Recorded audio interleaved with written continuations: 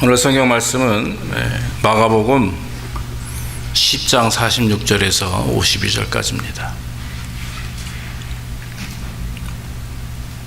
마가복음 10장 46절에서 52절 72면이 되겠습니다. 제가 가진 성경으로 72면. 저희가 여리고에 이르렀더니 예수께서 제자들과 허다한 무리와 함께 여리고에서 나가실 때 디메오의 아들인 소경 거지 바디메오가 길가에 앉았다가 나사렛 예수시란 말을 듣고 소리질러 가로되 다윗의 자손 예수여 나를 불쌍히 여기소서 하거늘 많은 사람이 꾸짖어 잠잠하라 하되 그가 더욱 심히 소리질러 가로되 다윗의 자손이여 나를 불쌍히 여기소서 하는지라. 예수께서 머물러 서서 저를 부르라 하시니 저희가 그 소경을 부르며 이르되 안심하고 일어나라 너를 부르신다 하매 소경이 겉옷을 내어버리고 뛰어 일어나 예수께 나아오거늘 예수께서 일러 가라사대 내게 무엇을 하여 주기를 원하느냐. 소경이 가로되 선생님이여 보기를 원하나이다. 예수께서 이르시되 가라 내 믿음이 너를 구원하였느니라 하시니 저가 곧 보게 되어 예수를 길에서 쫓으니라. 아멘. 오늘은 삶이 변하는 신앙생활이라는 제목을 붙여봅니다. 모든 사람들이 인생에서 변화를 원하죠. 예수 안 믿는 사람들도 반면에 예수를 믿는 사람들도 변화를 원합니다. 가난한 사람은 부자가 되길 원하고요. 병든 자는 병이 고쳐지고 건강해지길 원하고 그렇죠. 또 우리 예수 그리스도 성도들도 마찬가지입니다. 이 땅에서 복을 받아서 건강하고 풍요로운 삶을 원합니다. 그런데 여러분, 제가 확신하는 것은 건강하고 풍요로운 삶을 위해서 기도하기보다 우리가 해야 될 기도는 하나님과의 관계 속에서 그 영적 문제가 해결되는 것이 가장 우선인 줄로 믿습니다. 건강과 풍요로움은 이미 우리에게 주신 것입니다. 할렐루야. 또 주실 줄로 믿습니다. 어느 아버지가 자식이 맨날 가난하게 지질이 궁상으로 사는 거 누가 원해요? 있는 걸 다 주스라도 아버지가 돈이 어마어마하게 많은데 그 아들을 가난하게 사는 아버지, 만드는 아버지가 어디 있어요?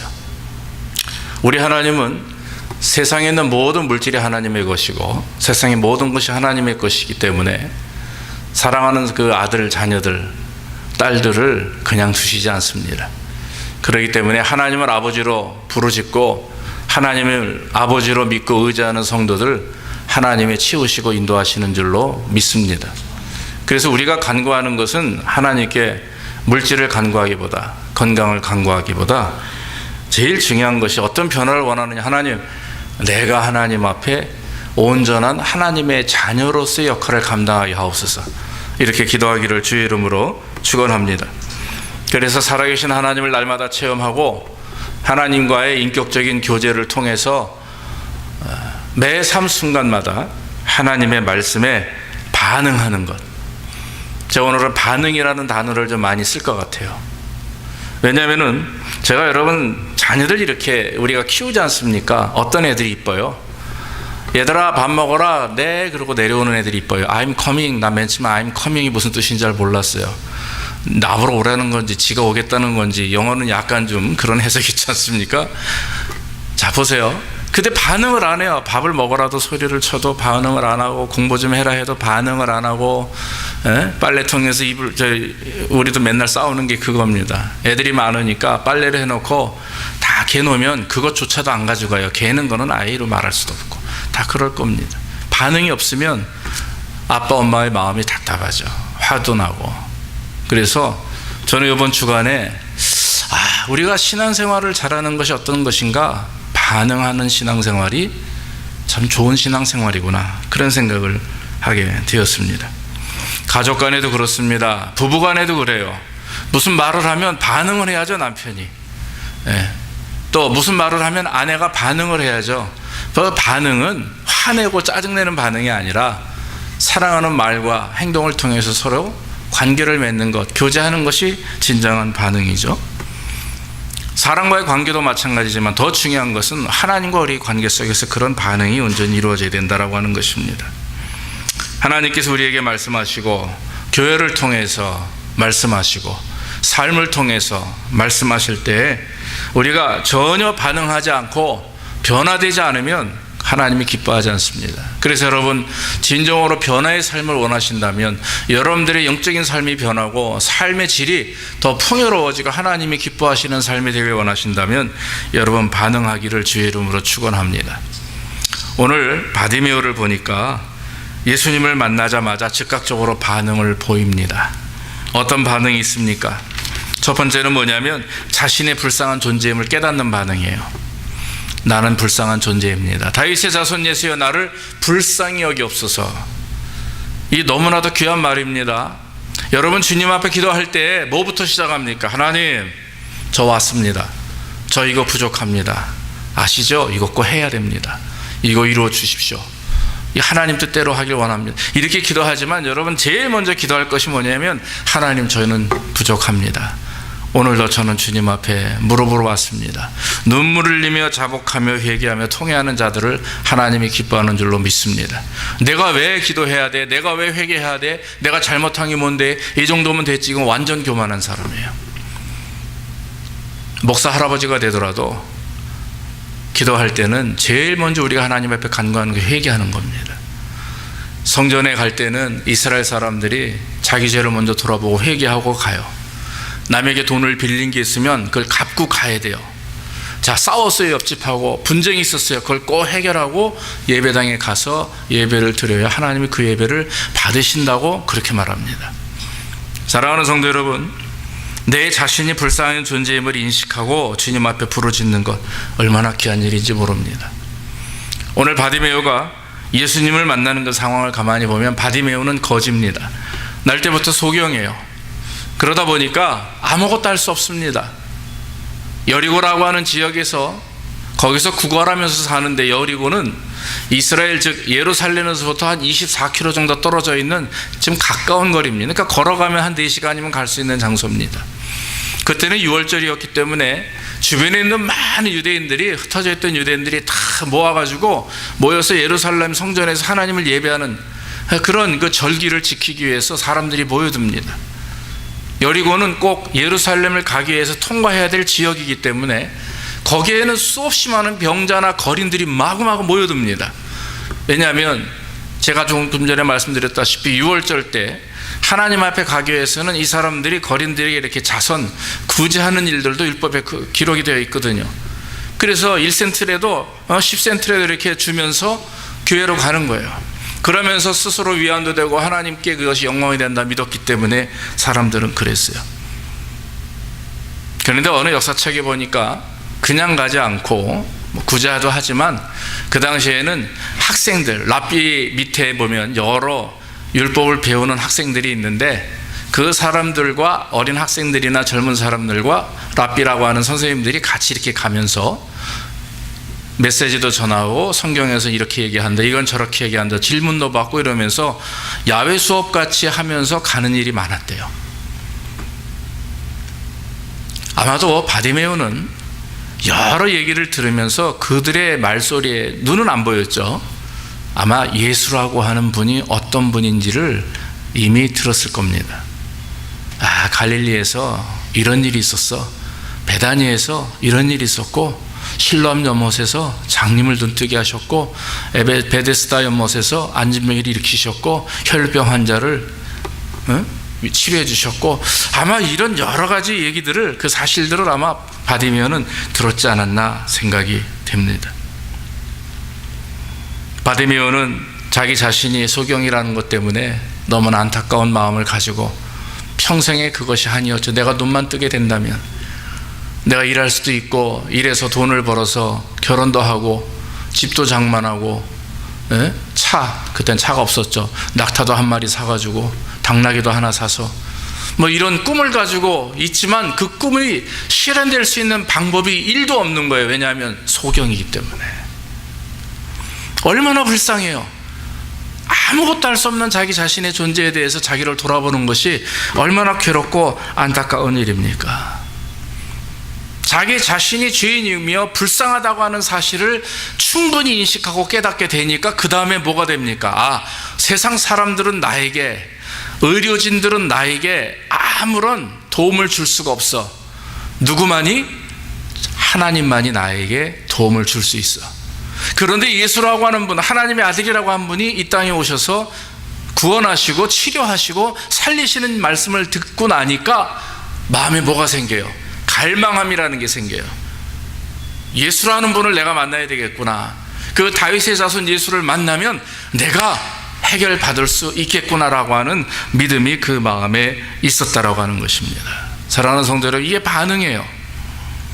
여러분, 우리가 하나님께 가까이 가는 반면에 우리의 삶의 변화를 일으키는 가장 첫 번째, 가장 중요한 핵심이 뭐냐면 나는 죄인입니다. 따라합시다. 나는 죄인입니다. 믿으시기를 주의 이름으로 축원합니다. 중등부를 가르칠 때 우리가 죄인이다라고 하는 얘기를 하니까 어느 선생님 한 분이 벌떡 손을, 나중에 이제 예배 끝나고, 목사님 우리가 왜 죄인입니까? 우리는 의인 아닙니까? 우리는 예수 믿고 구원받은 의인 아닙니까? 그래요. 예, 그것도 맞죠. 그러나 여러분, 우리가 의인이 된 것이 내가 잘나서 됐습니까? 내가 의로운 일을 행해서 됐습니까? 아니에요. 예수 그리스도의 보혈로 인해서 우리가 의인이 됐잖아요. 그러나 우리 입으로 우리가 나는 의인입니다, 의인입니다 외칠 수가 없어요. 왜냐하면 우리는 아직도 이 땅에서 죄 가운데 죄의 쓴뿌리가 우리 안에서 우리를 계속 넘어뜨리기 때문에 우리는 그것을 이겨내기 위해서 성령을 충만히 받아야 되고 예수 그리스도의 보혈의 공로를 붙들고 구원받음에 감사하며 그 예수님께 초점을 맞추고 나아가야 진정한 의인의 삶을, 거룩한 삶을 산다라고 하는 거예요. 여러분, 중요한 것은 우리가 부족하다, 내가 연약한 존재이다, 예수 그리스도가 아니면 도저히 나를 구원할 수가 없고 회복할 수가 없다라고 하는 믿음을 갖기를 주 이름으로 축원합니다. 물질이 아무리 많아도요, 아무리 건강해도, 아무리 부족함이 없어도 그 안에 예수 그리스도를 믿는 믿음이 없으면 그 사람은 지옥 갈 수밖에 없는 것 우리는 다 알고 있습니다. 예레미야서 5장 3절 한번 띄워주십시오. 거기 보면 그 말씀이 뭐냐면은 남유다가 바벨론에 의해서 바로 멸망당하기 직전에 예레미야 선지자를 통해서 하나님이 하시는 말씀이에요. 징계 말씀인데 뭐냐면은 거기 뭐라고 나옵니까? 주께서 그들을 치셨으나 아픈 줄도 몰랐고, 야단을 치고 징계를 줘도 그 사람들은 느낌이 없어요. 왜? 양심이 성경 말씀대로 화인 맞은 양심이에요. 하나님을 알면서도 무감각해요. 하나님의 말씀에도 들리질 않아요. 툭툭이 옆에서 찔러도 이게 하나님이 찔리는 건지 깨닫지 못해요. 또 한 가지는 징계를 받기를 거부하며 얼굴을 반석보다 굳게 하여 돌아오기를 싫어하였다 그랬어요. 그것이 남유다의 죄악입니다. 결국 바벨론에 의해서 586년 BC 586년에 마지막 완전한 멸망을 경험하게 돼요. 사랑하는 성도 여러분, 하나님께서 말씀하실 때 반응하는 것, 내 자신이 아무것도 아님을 믿고 알고 깨닫고 오직 하나님만이 나를 구원하시고 나를 이 삶 속에서 회복시키실 것을 믿는다면 여러분, 그렇게 하나님이 인도해 주실 줄로 믿습니다. 또한 바디메오는 그의 삶의 변화를 이루기 위해서 했던 행동이 있는데 그게 뭐냐면 주변에 방해가 있어도 끝까지 열심을 다했어요. 다윗의 자손 예수여 나를 불쌍히 여기소서라고 소리를 지르며 난리를 친 겁니다. 보이질 않으니까 예수님이 10m 앞에 있는지 100m 앞에 있는지 모르잖아요. 사람들이 얼마나 많겠어요. 그 여리고 길에 사람들이 너무 많고 웅성웅성 되니까 혹시나 내 주변 어딘가 예수님이 있을 것이다라고 하는 믿음을 갖게 되니까 소리를 질러대는데 여러분, 목이 터져라 지르는 겁니다. 사람들이 너무 시끄러워요. 저 인간 저거 왜 저래? 왜 거지가 저 왜 저래? 그러면서 심지어는 제자들까지도 만류합니다. 야, 좀 조용해, 조용해. 근데 예수님이 그걸 들으셨어요. 사랑하는 성도 여러분, 우리가 주님을 부르짖는 것은 무엇을 의미합니까? 주님 앞에 간구하고 부르짖는다라고 하는 것은 사력을 다하는 것을 말합니다. 예레미야서 33장 2절로 3절 한번 거기 보면 2절에 뭐라고 얘기합니까? 이를 행하시는 여호와, 그것을 지어 성취하는 여호와, 그 이름을 여호와라 하는 자가 이같이 이르노라. 너는 내게 부르짖어라. 내가 내게 응답하겠고 내가 알지 못하는 크고 비밀한 일을 내게 보이리라 그랬습니다. 그 비밀이 무엇입니까? 구속사역입니다. 우리와 함께 하시는 역사입니다. 부르짖고 간구하는 자에게 부르짖다라고 하는 말은요, 그냥 기도하는 게 아니에요. 사력을 다해서, 그 말의 의미는 낭떠러지에 떨어진 사람이 아주 그 커다란 홍수로 인해서 미래에 쓸려가는 물에 빠져서 쓸려가는 사람이 살려달라고 애원하는 소리예요. 여러분, 정말 사력을 다해서 주님 앞에 기도하는 것, 정말 기도 한번 하고 나면 온몸에 땀이 나고 눈물을 쏟는 그런, 하나님 아니면 도저히 할 수 없습니다라고 하는 그런 사력을 다하는 기도, 저는 그런 기도가 저와 우리 집사님들의 삶 속에서 보여지기를 간절히 소망합니다. 그저 10분 20분 앉아가지고 입으로 중얼중얼하고 얼른 일어나 나가는 기도가 아니라, 우리의 삶 속에서 정말 여러분, 나의 죄 때문에 우리 가족을 위해서, 또 사랑하는 내 친지와 주변의 모든 식구들을 위해서, 또 성도를 위해서, 나아가 이 나라와 민족을 위해서 정말 하나님 앞에 철저히 기도하는 그런 기도가 있기를 주의 이름으로 축원합니다. 오늘 솔직히 말해서 우리 김 집사님 오늘 기도시잖아요. 페이퍼 준비 안 하셨대요. 꼭 여러분 오늘 너무 잘하셨죠, 그렇죠? 잘하셨어요. 제가 여러분들에게, 집사님들에게 기도할 때 꼭 기도문을 작성하시자라고 맨 처음에 부탁을 드리는 것은, 이 훈련 아니겠습니까? 솔직히 죄송한 얘기지만 훈련입니다. 그래서 항상 다른 소리 하지 않냐고 그 기록된 대로 일주일 동안 고민하며 또 기도하는 가운데, 근데 그것이 좀 지나면 이제는 혼자 기도할 수 있는 그런 역할을 해야 돼요. 전도사 때 여러분, 제가 한 가지 경험 말씀 안 드렸던 것 같아요. 한 번은 저기 상주, 경상도 상주의 시골에 우리 교인의 여자 집사님, 제가 담당한 여자 집사님의 그 어머니가 돌아가셨는데, 저는 한 번도 보지 못한 90대 중반의 어머님이 돌아가셨어요. 근데 마침 그날따라 장례식이 여러 건이 있어서 목사님들이 다 두세 군데 흩어져가지고 교인들이 한 1,500명 되다 보니까, 제가 전도사 시절인데 거기를 저를 보낸 거예요, 집례하라고. 그런데 그때는 잘 해보지도 못해가지고 말이죠, 이 성경책 옆에다 종이 한 장에다가, 또 길게 하면 안 되잖아요, 잔뜩 이제 설교문을 준비해가지고 갔는데, 산 중턱에서 예배를 드리다 보니까 이게 글쎄 날아가 버렸어요, 종이가, 설교문이. 여러분, 딱 설교하려고 단상에 섰는데, 그 산에서 이렇게 섰는데 종이가 한번 설교문이 날아갔다고 생각해 보십시오. 유 집사님 웃죠? 저는 그때 못 썼어요. 울음이 나올 정도예요. 노인들, 그것도 시골 노인들 여기 한 수십 명 앉아 있고 멍하니 젊은 것이 서서 뭐하나 이러고 있잖아요. 거기 예수 믿는 분도 거의 없고. 순간 아찔하고 앞에 안 보이는데, 주여 아시죠? 살려주십시오, 이 기도밖에 안 나오는 거예요. 그래도 준비하면서 머릿속에 있는 게 있잖아요. 한 20분 잘 설교하고 내려왔어요. 하나님 은혜 주셔서. 그랬더니 그 집사님이, 아유 전사님 너무 감사합니다. 자기도 내심 걱정했었나 봐요. 근데 손을 꼭 잡더니, 김 전도사님 너무 고맙다고. 그러고 나서는 상주에서 다시 버스 타고 집에 오니까 새벽이더라고요. 오는 내내 마음이 얼마나 기쁨과 그 슬픔 반반, 내 자신에 대한. 여러분, 기도는 설교도 마찬가지고요, 하나님과의 관계 속에서 깊은 영적 교제를 날마다 이룰 때 그 기도가 참된 기도가 되는 줄로 믿습니다. 여러분, 지금 문제가 있습니까? 부르짖고 간구하시기를 주의 이름으로 축원합니다. 부르짖고 간구하는 자에게 주시는 하나님의 은혜가 있어요. 그것이 바로 응답이에요. 또 그것이 바로 우리 신앙인의 반응입니다.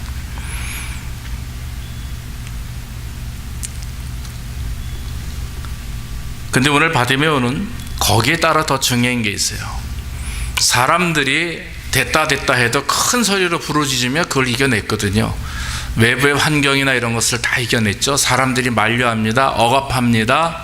환경 자체가 문제가 있습니다. 옛날에 성경에도 여러분 우리가 아시다시피 한 알의 밀이 땅에 떨어졌는데 4가지 밭에 떨어지죠. 예수님이 비유로 말씀하십니다. 옥토밭에 떨어지고, 길가에 떨어지고, 돌짝밭에 떨어지고, 가시덤불에 떨어져요. 옥토밭 외에 모든 씨앗들은 자라지 못하고 아예 처음부터 새가 와가지고 길가밭이나 길가밭에 있는 거 다 주워 먹고, 돌짝밭은 좀 자라려고 하는데 밑에가 돌이다 보니까 뿌리를 내리지 못하고 말라 죽고, 가시덤불도 조금 자라는 것 같은데 가시덤불이 우겨 싸가지고 결국 자라지 못하고 죽고, 결국 살아난 건 옥토밭밖에 없다 그래요. 중요한 건 우리의 신앙생활에 하나님을 믿는 믿음이 있어도 우리의 환경이 우리를 공격하기 때문에 우리는 넘어질 때가 있어요. 오늘 정말 예수 잘 믿어야 되는데, 오늘 내가 새벽 예배 나가고, 오늘 내가 꼭 이 집회에 참여하고, 오늘은 꼭 이렇게 해야 되는데 싶으면 바빠요. 일이 생기고 여러 가지 방해가 생깁니다.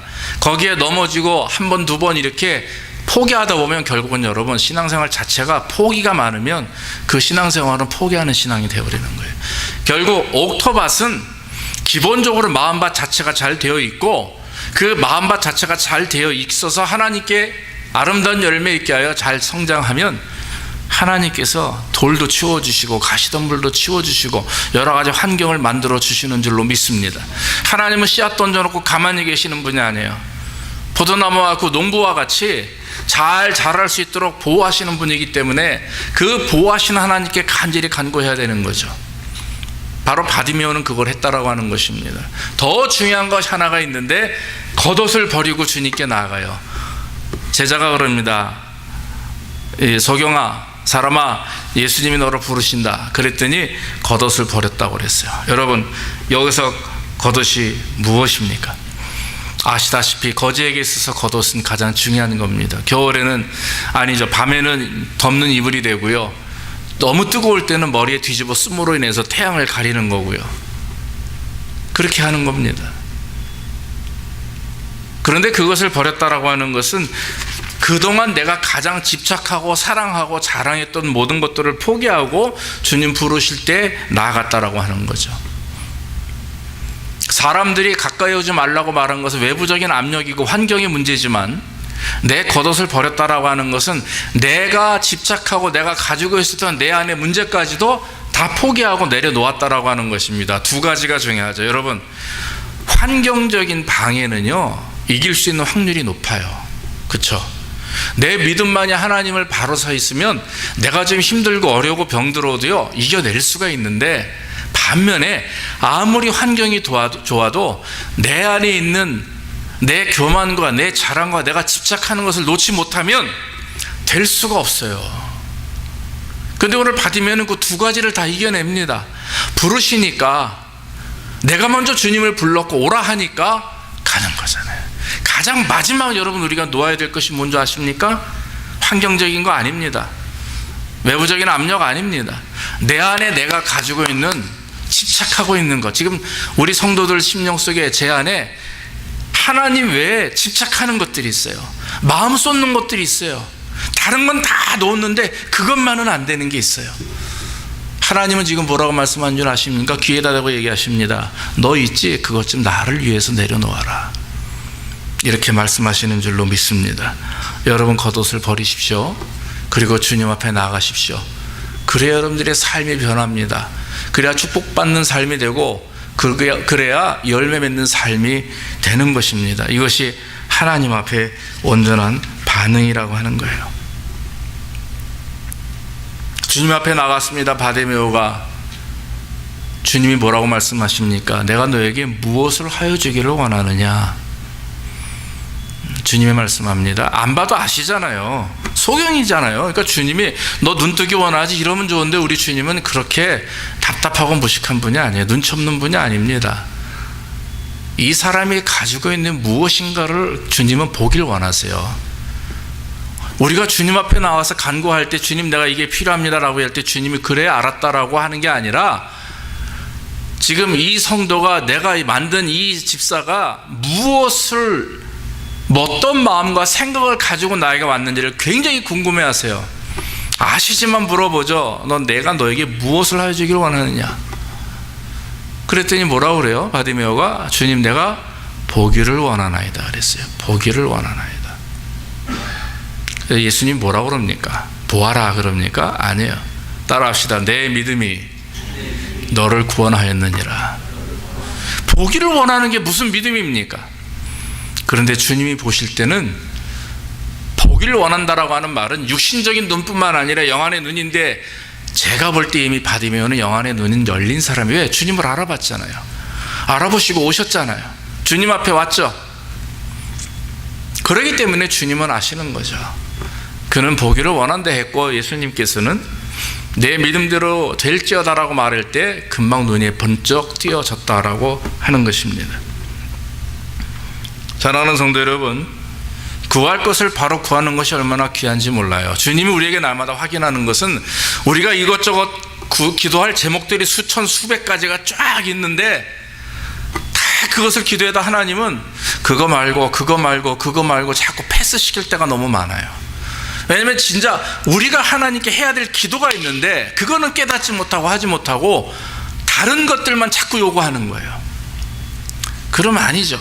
하나님 응답하지 않습니다. 여러분, 우리가 기도할 때 진짜 해야 될 기도는 뭔지 아십니까? 주님, 내가 무엇을 구하기를 원하십니까? 이렇게 기도하기를 주의 이름으로 축원합니다. 여러분들을 위해서 제가 새벽마다 기도하고, 또 성도들이 서로를 위해서 기도합니다. 그것은 당사자를 모르니까, 그 사람의 마음을 모르니까 그분의 환경이나 처해 있는 상황을 위해서 기도할 뿐이죠. 그러나 여러분, 진짜 우리 자신 스스로 하나님께 기도할 때는, 주님, 내가 주님 앞에 무엇을, 나를 통해 주님이 어떤 기도를 받으시길 원하십니까? 그것을 위해서 기도하면 주께서 온전한 기도를 할 수 있도록 성령 충만하게 인도해 주실 줄로 믿습니다. 바디메오는 그 준비가 된 사람이었습니다. 사랑하는 성도 여러분, 온전한 기도를 위해서는 여러분, 우리는 자기 검토가 필요해요. 자아 성찰이라는 말이 기독교에서 나왔습니까? 자아 성찰도 필요하고요, 자기 반성, 자기를 돌아봄이 너무나 필요합니다. 오죽하면 사도 바울 같은 사람, 여러분, 우리가 그분을 어떻게 쫓아가요? 근데 주님, 바울이 뭐라 그래? 나는 날마다 죽노라. 이 사망의 몸에서 누가 나를 건져내랴. 바울은 결혼도 하지 않았어요. 또 몸에 질병이 있어서 그 질병을 고쳐달라고 주님 앞에 2번이나 크게 기도했는데, 주님이 뭐라고 그래요? 내 은혜가 내게 족하다 그랬어요. 주님이 원하셨던 것은 사도 바울이 치료받는 것도 원하신 게 아니었고, 그걸로 충분해. 너는, 주님이 원하셨던 것은 복음을 증거하는 일이었고, 그것을 위해서 그분을 사용하셨던 것입니다. 사도 바울은 그걸 알았기 때문에 신비적인 체험을, 삼층천을 보는 그런 경험, 영적 경험을 했음에도 불구하고 발설하지 않아요. 왜냐하면 그걸 모르는 많은 나이 어린 아주 연약한 신자들이 있기 때문에 그것조차도 발설하지 않고 받은 은혜를 하나님께 영광 돌리며 날마다 복음을 위해서 증거하고 자기 자신의 부족함만 본 거예요. 나는 날마다 죽노라. 그러니까 바클레이 주석가는 뭐라고 얘기합니까?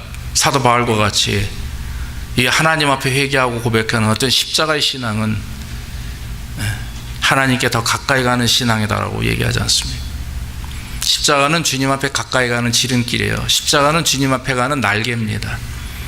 사랑하는 성도 여러분, 정말 저와 여러분들이 다시 한번 우리 자신을 돌아보면서 주님 말씀에 반응하기를 주의 이름으로 축원합니다. 어떤 반응을 합니까? 오늘 말씀대로 내가 죄인이라고 하는 사실을 깨달아야 돼요. 여러 가지 주님 앞에 나가기 위해서 방해받는 여러 가지 외부적인 상황들, 또 내 안에 있는 여러 가지 쓴뿌리들, 그걸 다 주님 앞에 고백하기를 주의 이름으로 축원합니다. 그리고 자기 자신을 돌아보며 정말 믿음으로 하나님 앞에 기도하고 내 안에 있는 부족함을 검토함으로 주님 앞에 드러낼 때에 주께서 기뻐하시고 그 주께서 우리를 축복하시는 것입니다. 진정한 사랑은 예수님께 대한 개인적인 반응과 사랑의 반응입니다. 마음속에 본능적인 반응과 부르짖음이 있으면 충분히 삶이 변화되는 신앙생활을 할 수가 있어요. 변화되지 않는 이유는 반응이 없기 때문에 그래요.